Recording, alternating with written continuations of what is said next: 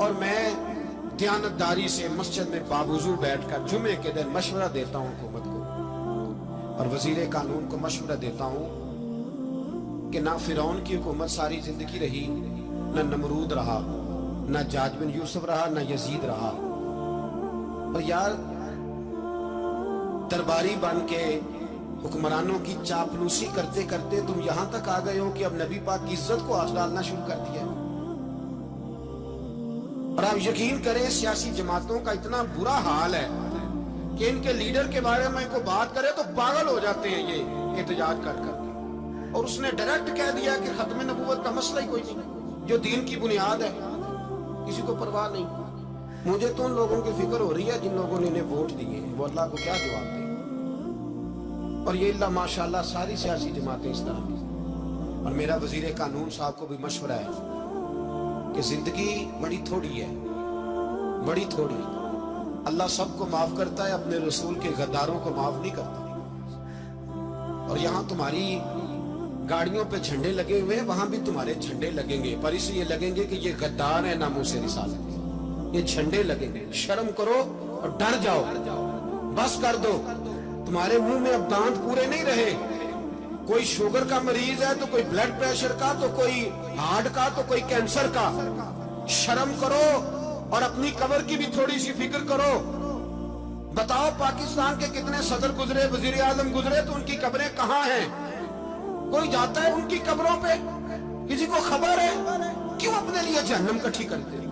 سارا کچھ دنیا داری رہ گئی ہے، سارا کچھ صرف یہی رہ گیا۔ حضرت ابو بکر سردار تھے، حضرت عمر سردار تھے قبیلے کے، حضرت عثمان سردار تھے، انہوں نے سرداریوں کو ٹھوکر مار کے رسول اللہ کے قدموں میں بیٹھنا پسند کی، سرداریاں چھوڑ کے غلام بن گئے۔ تم سرداریاں بچانے کے لیے رسول اللہ کی غداری کرتے ہو، شرم نہیں آتی؟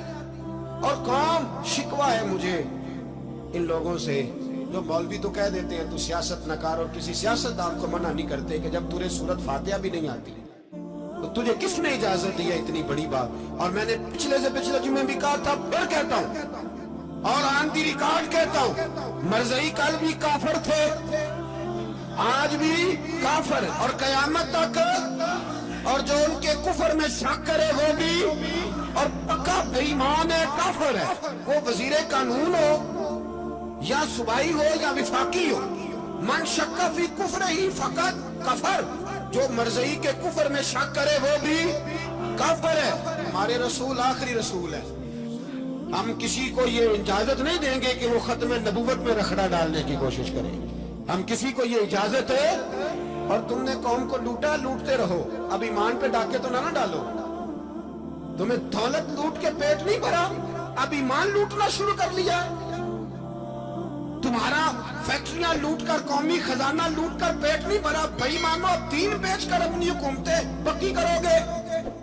اور وہ لوگ بھی تیار ہو جائیں جو ان بھائی مانوں کو منتخب کرتے ہیں، ان سے بھی سوال کرے گا ختم نبوت کا موضوع قیامت کے دن کہ تم بتاؤ، ان کو سپورٹ کرتے تھے جو رسول اللہ صلی اللہ علیہ وسلم کے بعد بھی کسی نبی کو نبی ماننا درست جانتے تھے۔ شرم آنی چاہیے، خیال ہونا چاہیے۔ اور میں نے کہا کہ ہمارا دل نہیں چاہتا، آپ یقین کریں، ہمیں شوق ہے جلوس نکالنے کا، تمہارے خلاف باتیں کرنے کا۔ تم نے روز تھرمامیٹر نکالا ہوتا ہے، چیک کرتے ہو کہ ایمان کتنا ہے کتنا نہیں ہے۔ یہ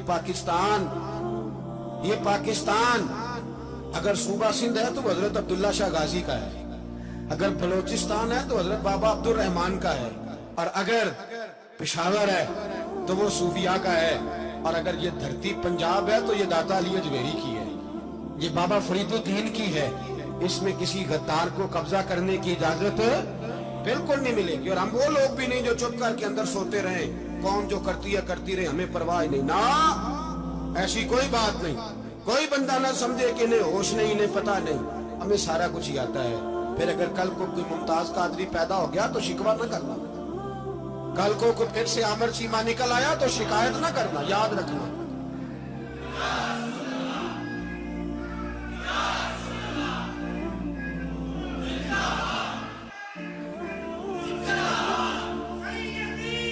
تو میرے بھائی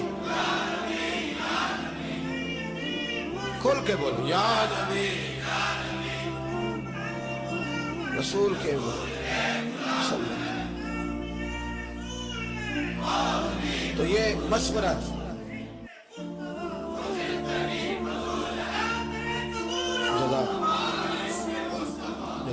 تو یہ تمہیں مشورہ ہے.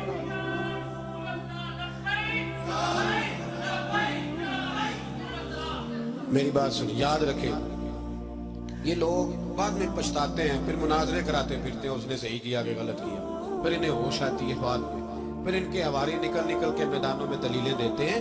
اس لیے ہمارا مشورہ ہے یہ کہ یہ اپنی حد میں رہیں، اور جو کام تمہارے ذمہ، میں نے کہا نا تم نے بڑا لوٹا، یہ قوم روز تمہیں موقع دیتی ہے لوٹنے کا، یہ موقع دیتی ہے، تو تم نے دولت لوٹ کے پیٹ نہیں بھرے، اب ایمان لوٹنے کے چکر میں آ گئے ہو. یاد رکھو، مسلمان گناہگار ہیں، غدار نہیں ہے. تمہیں دولت لوٹنے کا تو شاید موقع مل گیا ہے، پر ایمان لوٹنے کا موقع نہیں ملے گا.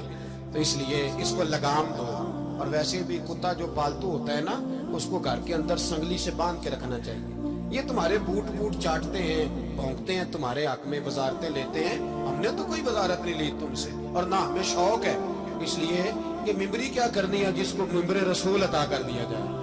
اس نے کیا کرنی ہے یہ ممبریاں جس کو پکا ممبر رسول دے دیا جائے؟ تو اس لیے اس سے باہر آؤ.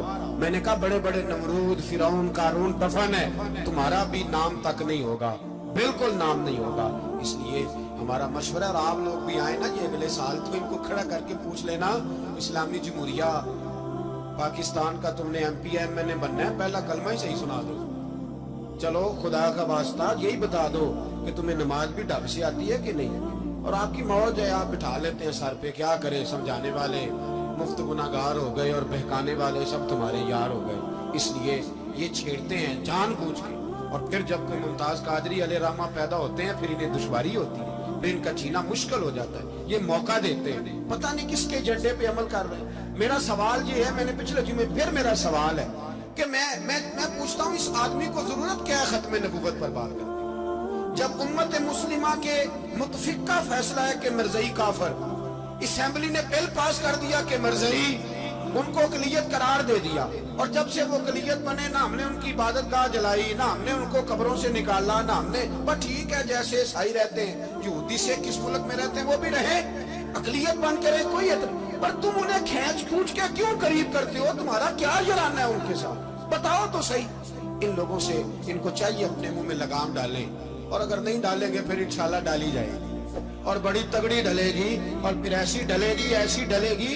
سلمان تاثیر جب مرا تھا نا، تو 5-5 لاکھ روپیہ مولویوں کو آفر کی جنازہ پڑھاؤ. 5-5 لاکھ روپیہ چھوٹے چھوٹے مولویوں کو.